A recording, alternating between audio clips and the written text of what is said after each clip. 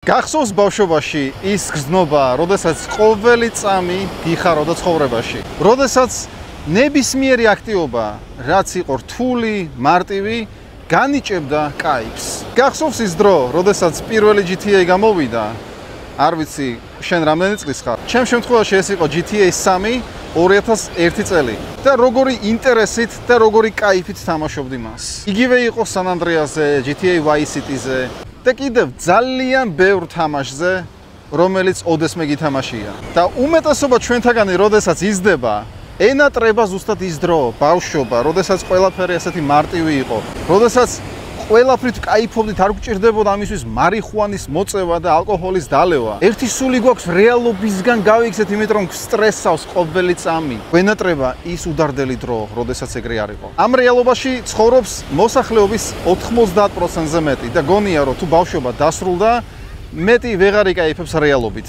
და დღეს მე ამ ვიდეოში საპირისპიროს დაგიმტკიცებ, იმიტომ რომ მე შევძელი და გადავაქციე საკუთარი ცხოვრება თამაშად. მე ვიყავი ძალიან რასაც ქვია, ჭია გეიმერი, რომელიც ოთახიდან არ გამოდიოდა, ისე უყვარდა თამაშების თამაში. ანუ პირდაპირ მნიშვნელობით ეს ვირტუალური სამყარო მინაცვლებდა რეალურს. ძალიან მიჭირდა სახლიდან გამოსვლა, ძალიან მიჭირდა ადამიანებთან საუბარი. იმიტომ რომ ეს ყველაფერი იყო თამაში, ეგ кайფი უკვე დავხარჯე თამაში. მეტი დოპამინი არ მქონდა იმისთვის, რომ რეალური ცხოვრებისთვის მომერგო. იგივე ხდება ზუსტად, როდესაც ეწევი მარიხუანას. ის кайფი იხარჯება მარიხუანის მოწევისას. იგივე ეხება ალკოჰოლს, იგივე ეხება მავნე საკვებს, იგივე ეხება პორნოს და მასტურბაციას. რაც ერთ-ერთი ყველაზე მავნე შვევა არის. დღეს მე მოგიყვები, როგორ გადავაქციე ჩემი ცხოვრება თამაშად, როგორ მსიამოვნებს hard work-ის ყოველი წამი. ახლა ვდგავარ ძალიან ხალხმრავალ ადგილას, ვიწერ ვიდეოს და ერთი წამითაც არ ვისტრესები, ერთი წამითაც არ ფიქრობ იმაზე, რას ფიქრობენ ჩემზე და ვკაიფობ. პირდაპირ მნიშვნელობით ვკაიფობ. და ზუსტად ამას აგიხსნი დღეს. ეხლა რო კლიენტმა დამირეკოს და 10 კონსულტაცია მქონდეს ჩასატარებელი, 17 ზარი განსახორციელებელი, დიდი სიამოვნებით გავაკეთებ ამას.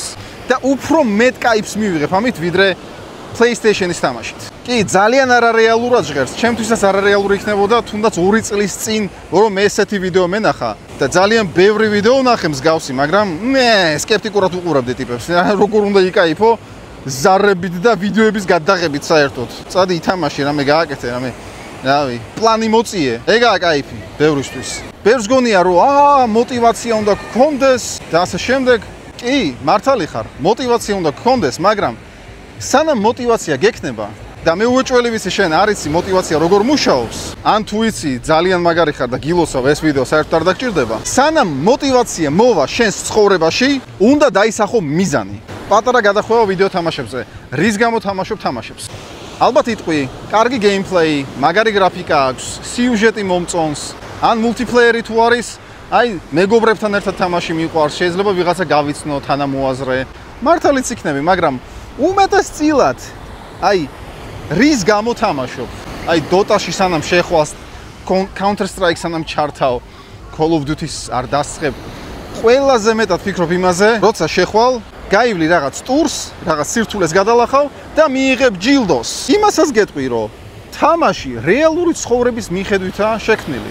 თამაში, როდესაც რაღაცა რთულდება, ესე იგი სწორად მიიწევ. ანუ მიდიხარ მთავარი ბოსის დასამარცხებლად, რომ მიიღო ყველაზე დიდი ჯილდო. ზუსტად იგივეა ცხოვრებაში. როდესაც გზა რთულდება, პროცესში უნდა გახდე უფრო ძლიერი, რომ ამ სირთულეებს გაუმკლავდე და საბოლოოდ მიიღო ჯილდო. ანუ ცხოვრების ახალი ეტაპი, ახალი ლეველი, ახალი დონე, როგორც გინდა ესე დაუძახე. მაგრამ როგორ უნდა იკაიფო ცხოვრებით, ზუსტად ისევე როგორც თამაშით. პირველი, არ ითამაშო თამაშები. მეორე, არ მოწიო მარიხუანა. მესამე, შეეშვი მასტურბაციას დღეიდან და არასდროს არ დაუბრუნდე. მესამე პუნქტს რაც შეეხება, დღეს ჩვენი ტვინი არის სექსუალიზებული.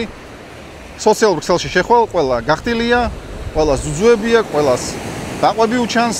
უფასო პორნო არის ძალიან დიდი ზომით ხელმისაწვდომი. ძალიან მარტივია იყო სექსუალიზებული ტვინით, რაც ჩემი აზრით ყველაზე მეტად გიშლის ხელს. მარიხუანაზე უფრო მეტად, ალკოჰოლზე უფრო მეტად გიშლის ხელს იყო სექსუალიზებული ტვინით. მაქსიმალურად ყველანაირი ტრიგერი დამალე, მოიშორე, წაშალე, საერთოდ არ იფიქრო ამაზე. თან თუ ქრისტიანი ხარ და გჯერა ბიბლიის, ყველაზე დიდი ცოდვა, მე მგონი, თუ არ ვწდები, ადამიანის მოკვლის შემდეგ არის მასტურბაცია. ნამდვილად ტყუილი არ წერია, შეგიძლია შენებურად მოარგო, მე ჩემებურად მოარგე და მართლა ერთ-ერთი ყველაზე ცუდი რამ არის პროდუქტიულობისთვის, ბედნიერების დონისთვის და საერთოდ ცხოვრების ხარისხისთვის. კაი, ეხლა გითხარი, რაც არ უნდა გააკეთო. რა უნდა გააკეთო? დაისახო მიზანი. ანუ როგორ უნდა დაისახო მიზანი? გასწავლი ახლა სწორად და დაიმახსოვრე. აუცილებლად ძალიან მნიშვნელოვანია. მაგალითად, გინდა 10000 ფოლოვერი გყავდეს Instagram-ზე. მაგრამ ეს მიზანი, როდესაც 0 გყავს, ან მარტო შენი მეგობრები არიან გამომწერები, ძალიან რთულად ჟღერს ტვინისთვის. ამიტომაც პროკრასტინაციაში ვარდები, გადადებ ხვალისთვის, ზეგისთვის, შემდეგი ცხოვრებისთვის და ეგ ვარიანტი არ გვაწყობს. როგორ უნდა მიაღწიო გრძელვადიან მიზანს? გრძელვადიანი მიზანი არის უკვე მიზნის მესამე დონე და არსებობს სულ 3 დონე.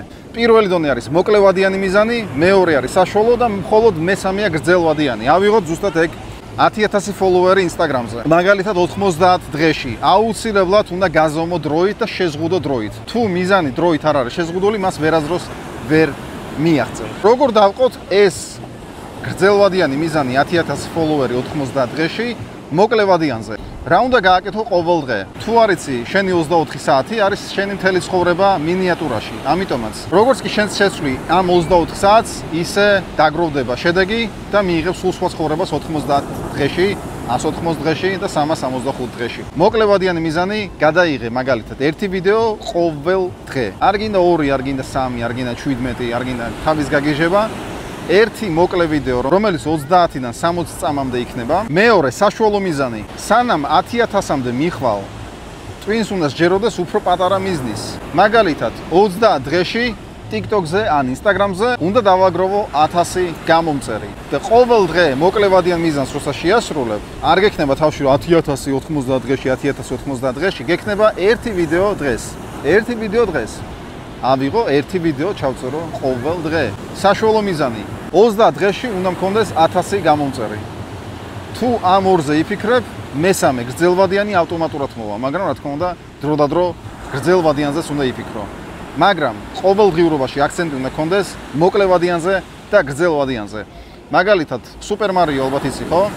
მოკლევადიანი მიზანი მარიოსთვის არის დაახტეს კუს, საშუალო მიზანი ეს არის გავიდეს რაღაც ტური და მესამე გრძელვადიანი მიზანი მარიოსთვის არის გადაარჩინოს პრინცესა. აუცილებლად შეზღუდე დროით და შენი მიზანი უნდა იყოს გაზომვადი და დამიჯერე, кайფი როდესაც წამოვა. პირველ შედეგებს როცა ნახავ, ყოველი შენი მარიხუანის მოწევა, ალკოჰოლის დალევა ლუზერ ძმაკაცებთან ერთად, მასტურბაცია, რაღაც დებილობა, თამაშის თამაში, ისეთ სინანულის შეგრძნებას მოგიტანს. იტყვი რომ რაზე ვხარჯავ დროს, სიამოვნების ნაცვლად ყველაზე ცუდი შეგრძნება გექნება სინანულის. და როცა შენ მიხვდები თუ რაშია რეალურად ცხოვრების кайფი, ვეღარ აზროს დაუბრუნდები ძველ გზას. მაგალითად, ყველა მიცის რომ 10000 ნაბიჯი უნდა ვიაროთ ყოველ დღე, რომ კონდეს ჯანსაღი ფსიქიკა და სხეული. მაგრამ ძალიან ცოტა ჩვენთაგანი დადის 10000 ნაბიჯს ყოველ დღე. იმიტომ რომ ისევ და ისევ ძალიან დიდად ჟღერს ტვინისთვის და ისევ ვარდება პროკრასტინაციაში. ვალ დავიწყებ 1 სექტემბრიდან დავიწყებ და იწყება მოკლედ ეს დაუმთავრებელი ციკლი. რა უნდა გააკეთო აქაც? უთხარი ტვინს, მოკლევადიანი აიღე. მე ახლა გავივლი 1000 ნაბიჯს, მაგალითად თუ გამისწორდება, გავაგრძელებ 5000 ნაბიჯამდე საშუალო მიზანი. და თუ საშუალო მიზნამდე მიხვალ, რაღა დარჩა 10000 ნაბიჯამდე და ბარემ 10000-ს გაივლი. ეს ეხება ნებისმიერ სფეროს. მაგალითად, გინდა უძრავი ქონების შეძენა. 60000 დოლარი ღირს მაგალითად ბათუმში ერთ ოთახიანი. დაიწყე მაგით, ახლა ბევრს გვინდა ვილა ბალიზე, რაღაცა სასწაული რეზორტი და რა ვიცი, თავისი ყველაფრით, რომელიც $1,000,000 ღირს, მაგრამ ეს არის ძალიან წარმოუდგენელი თავინა, როდესაც საერთოდ არ აქვს ბინა. ავიღოთ პატარა.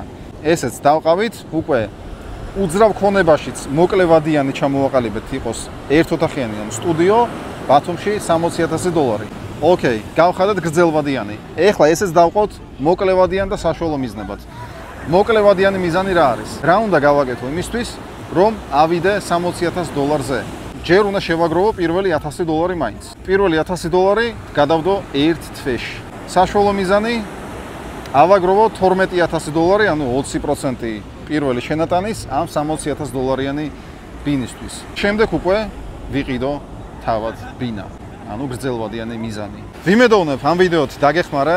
დამიჯერე ძალიან სტაჟიანი გეიმერი ვარ, ძალიან ბევრი მიღწევა მაქვს თამაშებში და არც ერთი მათგანი არაფერს ნიშნავს. იკაიფე ნამდვილი მიღწევებით და იკაიფე რეალური ცხოვრებით, იმიტომ რომ ამაზე მაგარი кайფი არაფერია. და ხო, შენ ცხოვრობ მხოლოდ ერთხელ. გამოიწერე ჩემი არხი და ყველაფერს გავაკეთებ იმისთვის, რომ გახდე უფრო ბედნიერი, მდიდარი და ჯანმრთელი.